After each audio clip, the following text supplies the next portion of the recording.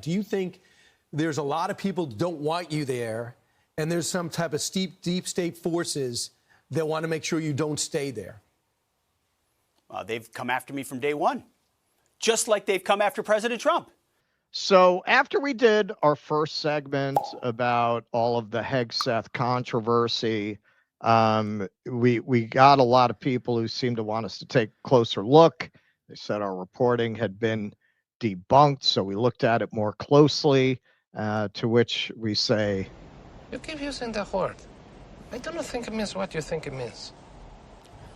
I don't know that it's been debunked, but let's see. Okay, so this is really the source of the controversy. Pentagon in chaos after Hegseth sheds 4 staffers in one day. 3 definitely fired. 1, it's a he said, you can't fire me, I quit. No, we fired him. No, I quit. So this is the one there's some dispute about. John Olyott, he wrote an op-ed in Politico about how this all went down with the people who were fired. According to him, on Friday, Hegseth fired 3 of his most loyal senior staffers: Senior Advisor Dan Caldwell, Deputy Chief of Staff Darren Selnick, and Colin Carroll, Chief of Staff to the Deputy Secretary of Defense. In the aftermath, Defense Department officials working for Hegseth tried to smear the aides anonymously to reporters, claiming they were fired for leaking sensitive information as part of an investigation ordered earlier this month. Yet none of this is true. While the department said that it would conduct polygraph tests as part of the probe, not one of the 3 has been given a lie detector test. So, a lot of people are saying this is part of a deep state op against Pete Hegseth because he voiced opposition to military intervention in Iran, and that the people who got fired are strongly against intervention in Iran, which is a strange contention to say that it's a deep state plot. But Pete Hegseth is the Secretary of Defense. So why did he fire people who supported his policy on Iran? That being the case, he'd want to hold them close. So if what you're saying is he was manipulated into it, you're saying he's a very weak leader, right? He's a very weak leader if he could be manipulated into throwing some of his closest allies, 2 of which he had worked with for many years, under the bus. You can't have it both ways. If he was that susceptible to a deep state plot, then he's probably unqualified for his job. Now, you want to probably an incompetent pretty boy drunk who, is in over his head. Yeah, Probably. I mean that to an outside observer, admittedly, I'm not in the Pentagon, Right. but it looks that way to me. For to example, now if you really want somebody fighting against the deep state, right? Do you really want an incompetent drunk who's going to make it very easy for the deep state to discredit them? Because even if you feel that these leaks are coming from, AIPAC or Mossad or whatever, they didn't make them do these things. They didn't make them set up a meeting for Musk to sit in on China war plans that Trump had to squash because obviously there's a conflict of interest there, a pretty glaring one.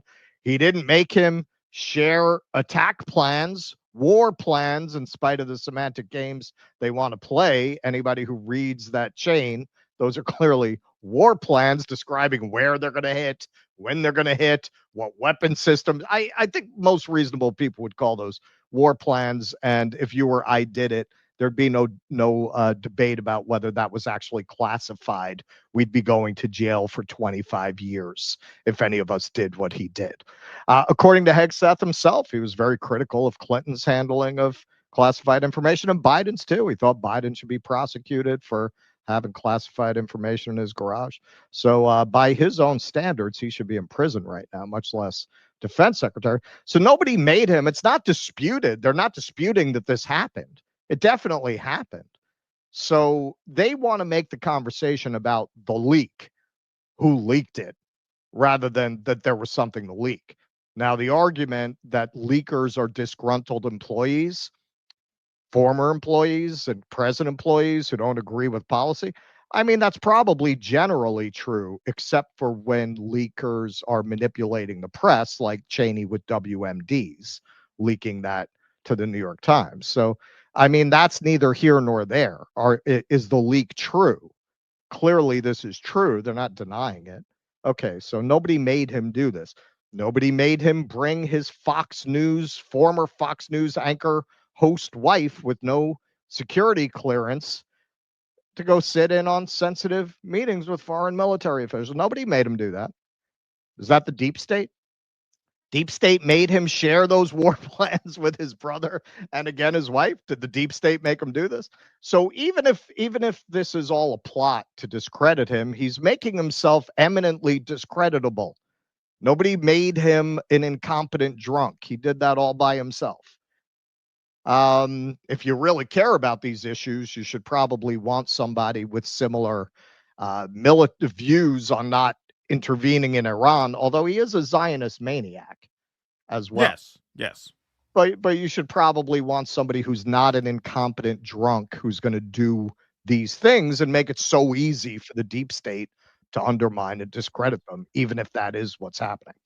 So this is really what some people are building their case off of. Trump was asked about what his policy was with Iran when Netanyahu was in town. Now, supposedly, according to some reporting from the Times, the cover story was that he was there about tariffs, but really he was there to talk about Iran.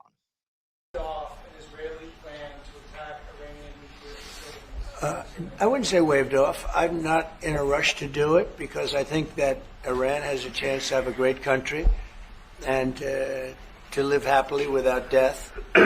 And I'd like to see that. That's my first option. If there's a second option, I think it would be very bad for Iran. And I think Iran is wanting to talk. I hope they're wanting to talk. It's going to be very good for them if they do. And I'd like to see Iran thrive in the future, do fantastically well. I know the Iranian people, they're incredible people. Always have been very smart, very energetic, very successful people. And I don't want to do anything that's I used to buy my suits from a I really Persian. don't, but Wonderful Iran suits. can't have a nuclear weapon. It's, pretty simple. It's really simple. We're not looking to take their industry. We're not looking to. I'll tell you, that Princess take their Jasmine was a land. piece of ass. All we're saying is you can't have a nuclear weapon. These people, they had the first dirigibles. They were carpets. They used to fly around all over the Middle East. Yeah. The monkeys used to talk. It was a very They- happy, they- great it was place. great. It was a joyful place. wonderful place. Nobody ever saw anything It's like a wonderful place. The monkeys would steal you an apple. You could eat.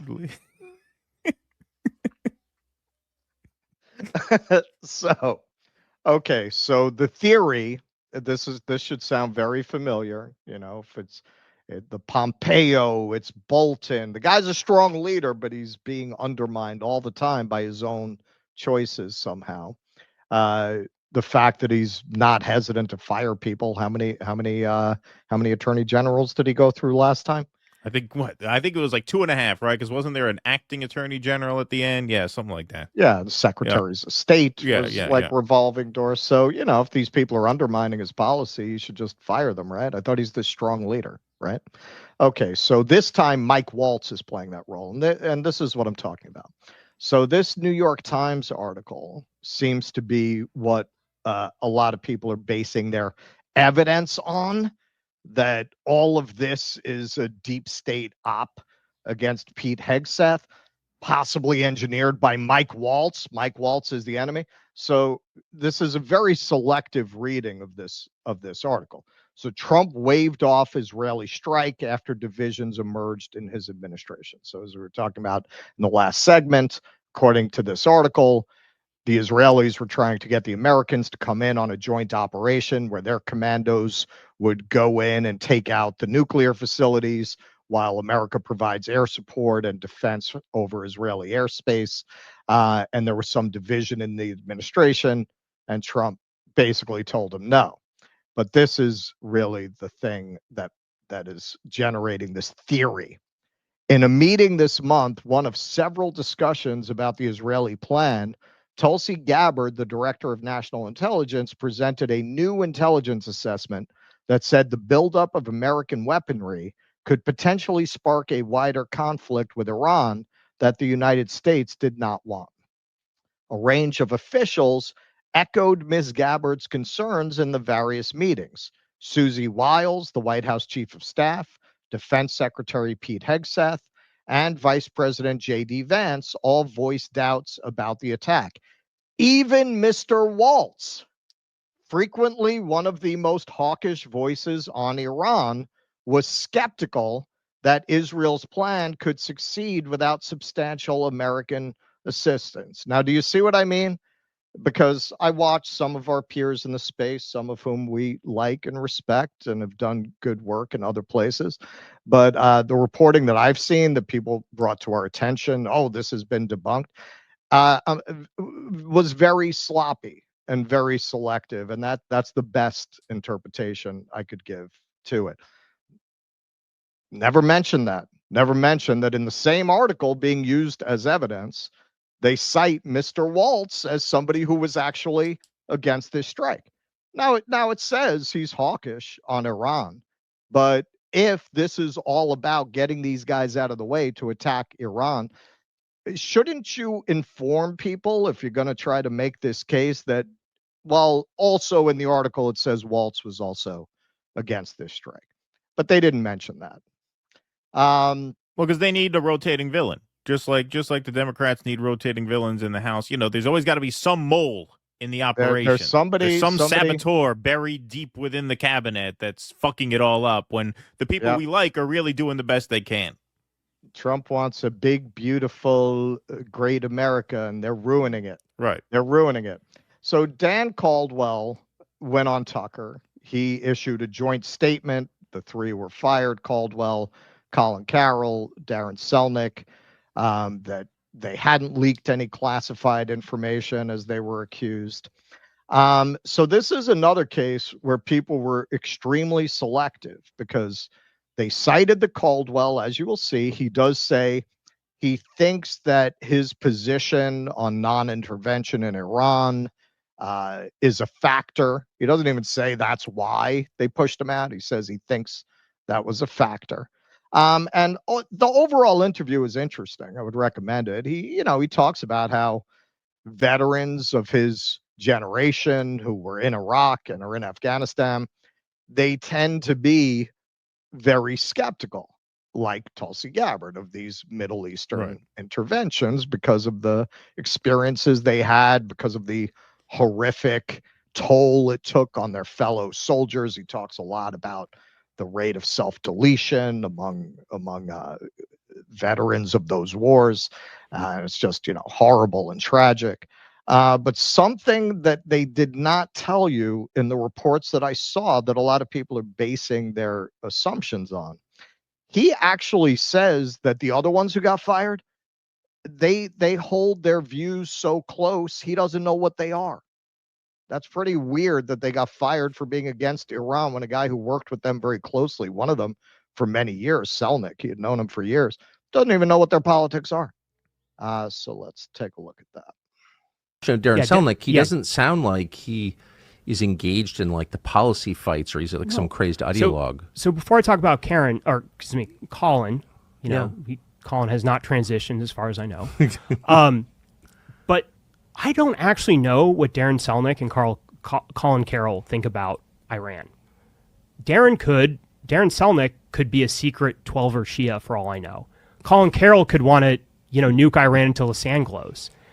Darren was deputy chief of staff focused on back-end office operations and personnel and military health policy. Colin Carroll, let me talk about Colin because he's, I think, an incredible individual too. Colin was a Naval Academy graduate. He served as a recon Marine in combat. Then he literally became a rocket scientist, working in tech, working in companies like Anduril, and he was Steve Feinberg's chief of staff. Colin's focus was on science, R&E, and budget. He was down and in. And these gentlemen were patriots, and they did not deserve to, none of us deserve to get treated this way, but in some ways angers me more than what's going on with them. Okay. Isn't it strange that people would go and tell their audiences with confidence that these people got fired because of Iran, and even reference this interview and make no mention of the fact that Caldwell specifically said he has no idea what these guys' politics are? They could want to nuke Iran till it glows and he wouldn't know, after working with them for years, which is very traditional with military people, to try to separate out their politics and not reveal them as long as they're serving. So apparently these are these kind of guys. So why would they be pushed out over their views on Iran, which nobody seemed to be clear? We have to assume that he worked with them personally, one of them for many years, didn't know what their politics were. Nobody in AIPAC would have known either. So why would you make this assumption? Now, he does go on and talk about how he thinks that he personally may have been targeted.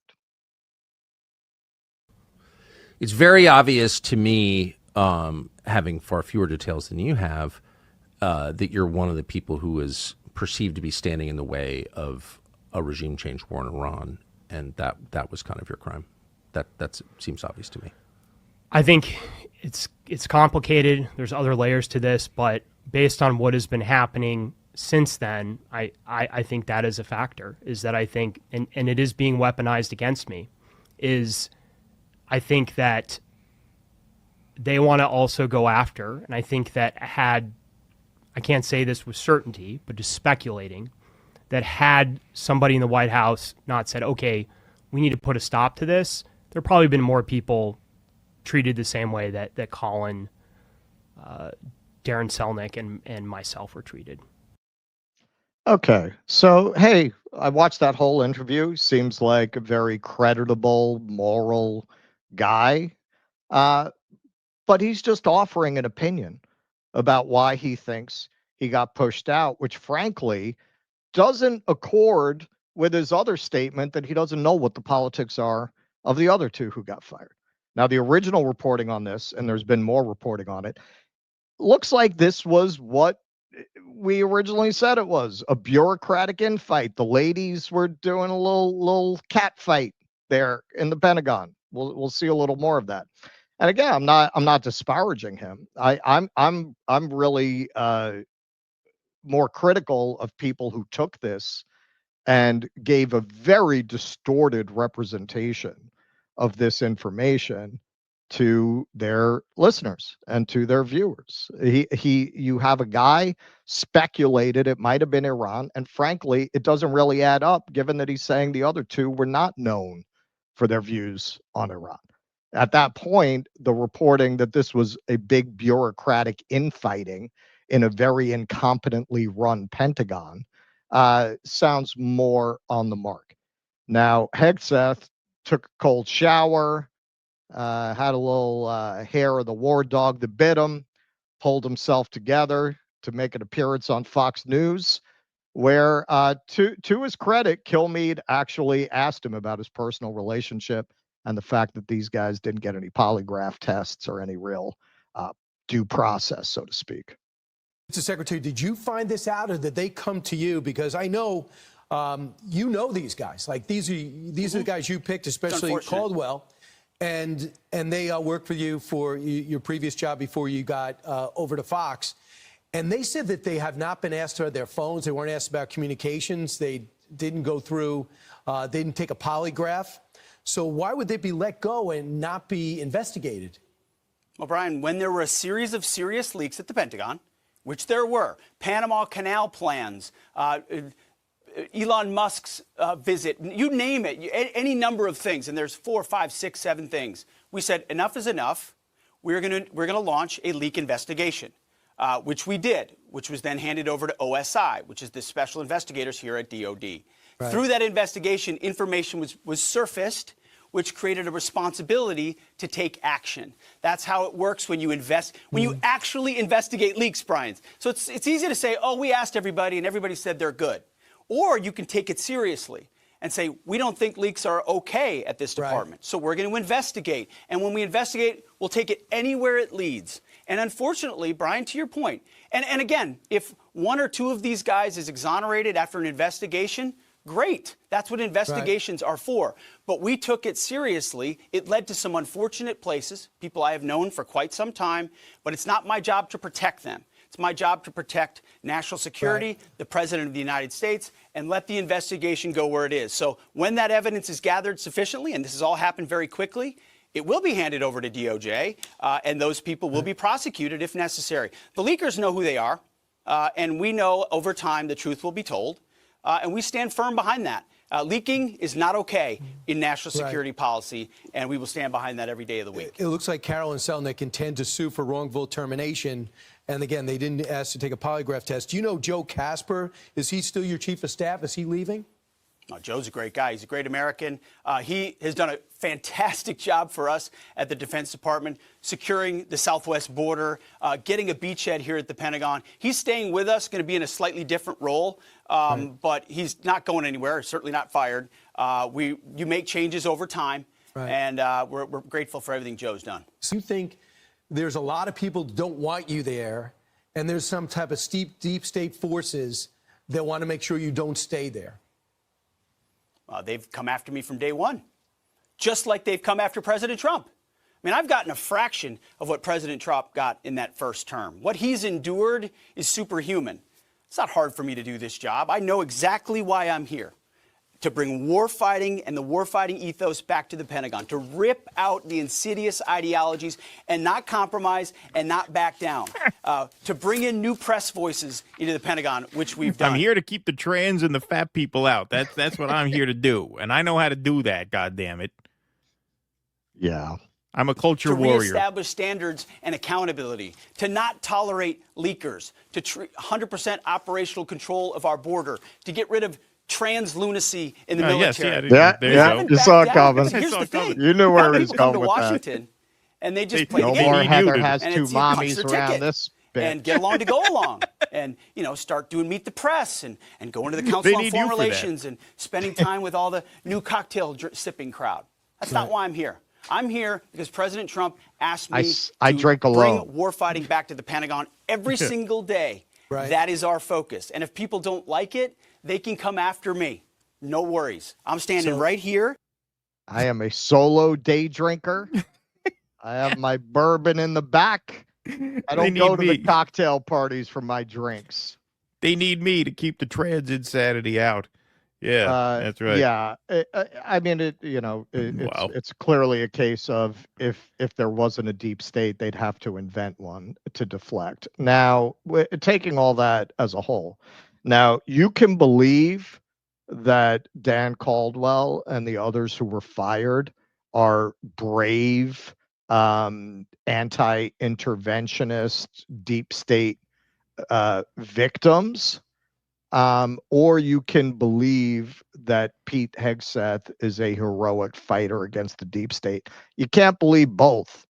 You can't believe both because if they got fired at his direction, after knowing these guys, I think for over a decade, the two of them that got fired. I mean, that's look, man, I'm from the street. I'm from the old neighborhood, not to talk out of turn, not to be crude. That's a scumbag douchebag where I come from. Right. Some people spread some rumors about close friends of yours that had your back and you just throw them under the bus like that? That's a piece of shit. Why would you stand up for that? That's not a man. That's not even a man, much less a man who should be running the world's largest organization in the history of the world. You're supposed to get the trans ideology out of the Pentagon, and you're not even a man. And look at him. He's low T. Low T. He looks scared in every interview I see him in. He looks looks like Lloyd like Austin's he's pleading. Pentagon. He's pleading. He's like the dressing room of Rent back there. Yeah, it's like an episode of Glee. Yeah, this Pentagon. Yeah. As you will see, that's not too far from the truth because it looks like this is all just a bitch fight among the ladies.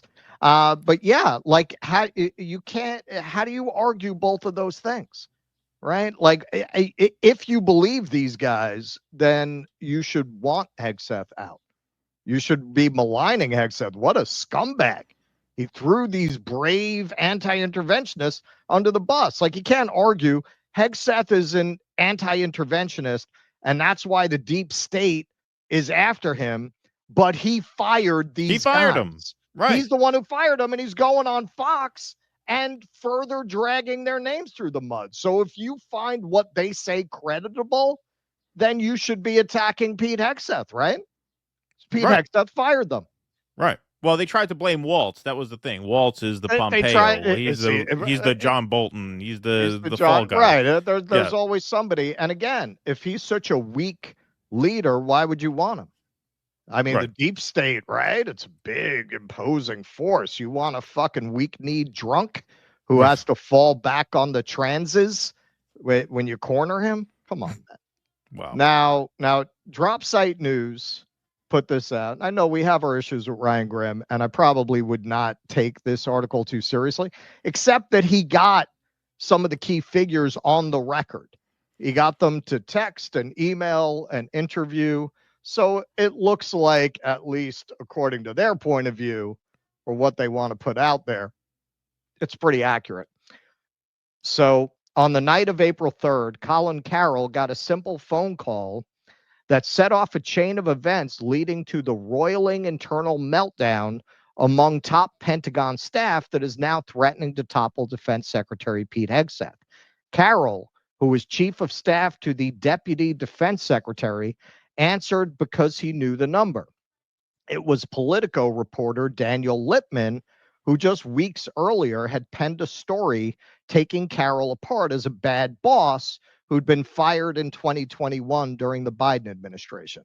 For that article, the Pentagon's Public Affairs Office had set up a call between Carroll and Lippman, and Carroll had commented on the record for the story.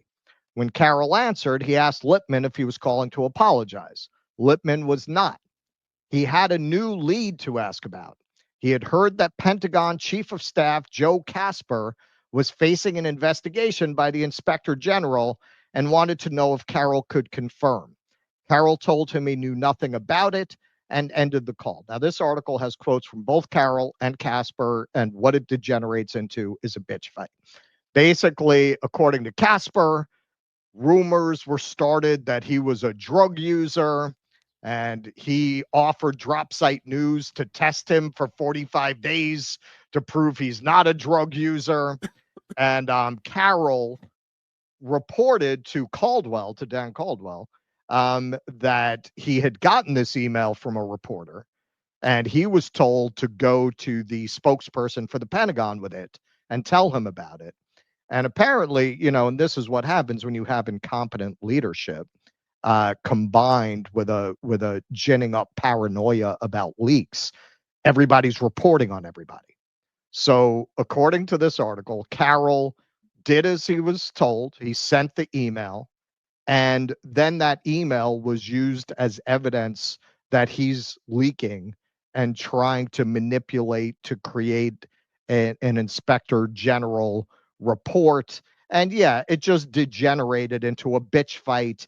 He said, she said, he's leaking, he's smearing him, and he's manipulating the boss, and they're trying to manipulate a IG investigation. It just fleshes out what the early reporting indicated, that all this is bureaucratic infighting inside the Pentagon, and Hegseth is too incompetent, too inexperienced, too small for the job to manage this kind of bureaucratic infighting that you would find in any large organization, much less the Pentagon. Based on everything we've looked at here, has absolutely nothing to do with Iran. Yes, Hegseth, according to one article from the New York Times, spoke against, doesn't even mean he's generally against striking Iran. Waltz is generally in favor of it. He was against this war plan too. Hegseth could be for attacking Iran for all we know, but they did not like that particular war plan. That's all. That's all that says. And Caldwell made it clear. He doesn't even know what the other guy's politics were. So it's very unlikely that they were all driven out because they're fighting against Iran. And once again, if Hegseth is this non-interventionist, why would he fire all these non-interventionists? And if he did, doesn't that make him a big fat fucking pussy? So why would you support him? None of it makes any sense. Listen, for years, all the libs, all you had to do was say Russia. Even now, all you have to do is say Russia. They'll believe anything that you say. It's sad and tragic that so much of the alternative media serves the same purpose for so many that left the corporate media because they saw through it or theoretically saw through it. And yet all they have to do is say AIPAC, Israel, deep state, certain shibboleths, if they are invoked, just like Russia, that's it. It's been debunked. No need to look any further. Somebody with a microphone said some shit. So now it's real.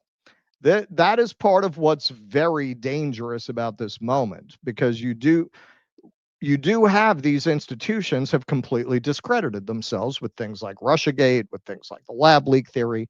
It's not that these sources are creditable or that people haven't rejected them for good reason, but the people coming up in their place who were supposed to be better are proving not only to not be better, but because there is not this institutional standards and practices, even the New York Times, which I wouldn't use to line a birdcage, but when they printed that BS story about assaults on October 7th, they were forced by a revolt within their own newsroom to not follow through with it. They were going to do their show, a podcast about it, and they backed down.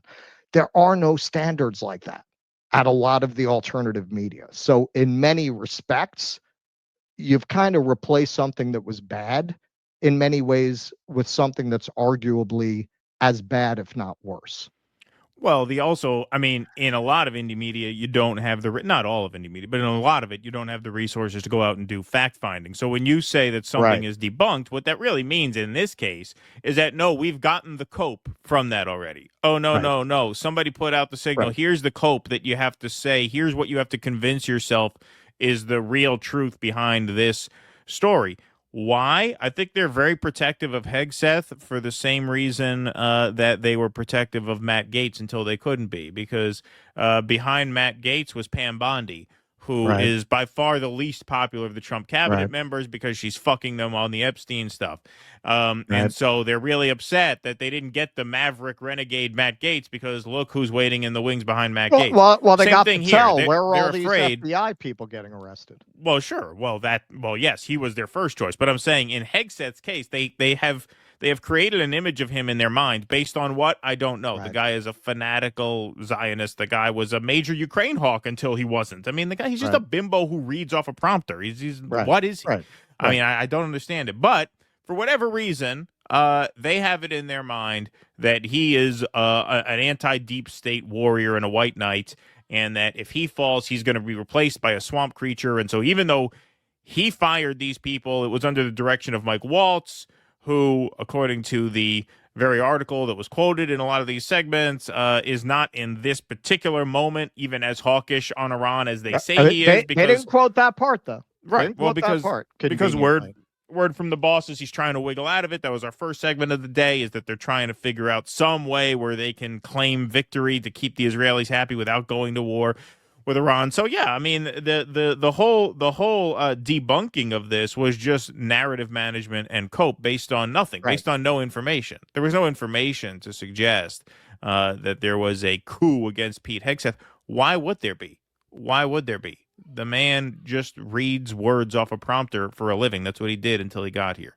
He's the perfect stooge. He's fanatically pro-Israel. You think at the end of the day he's going to take a stand for peace? Come on, he's going to do what he's told at the end of the day. Yeah, and if those are your standards, you just want to be fed narratives. Why not watch corporate media? They have better graphics, they have better production values. What is it? You just like the chat? You just like hanging out in the chat? Is that why you watch that instead of MSNBC or Fox, or what's the point of it? It reminds me of the line in Educating Rita where he says, You didn't find a better song to sing. You found a different song to sing. It's not that you know, and with exceptions. A lot of people don't want something better. They want something more to their taste. They want to be able to select news a la carte. A la carte. Yeah, exactly. Please clap.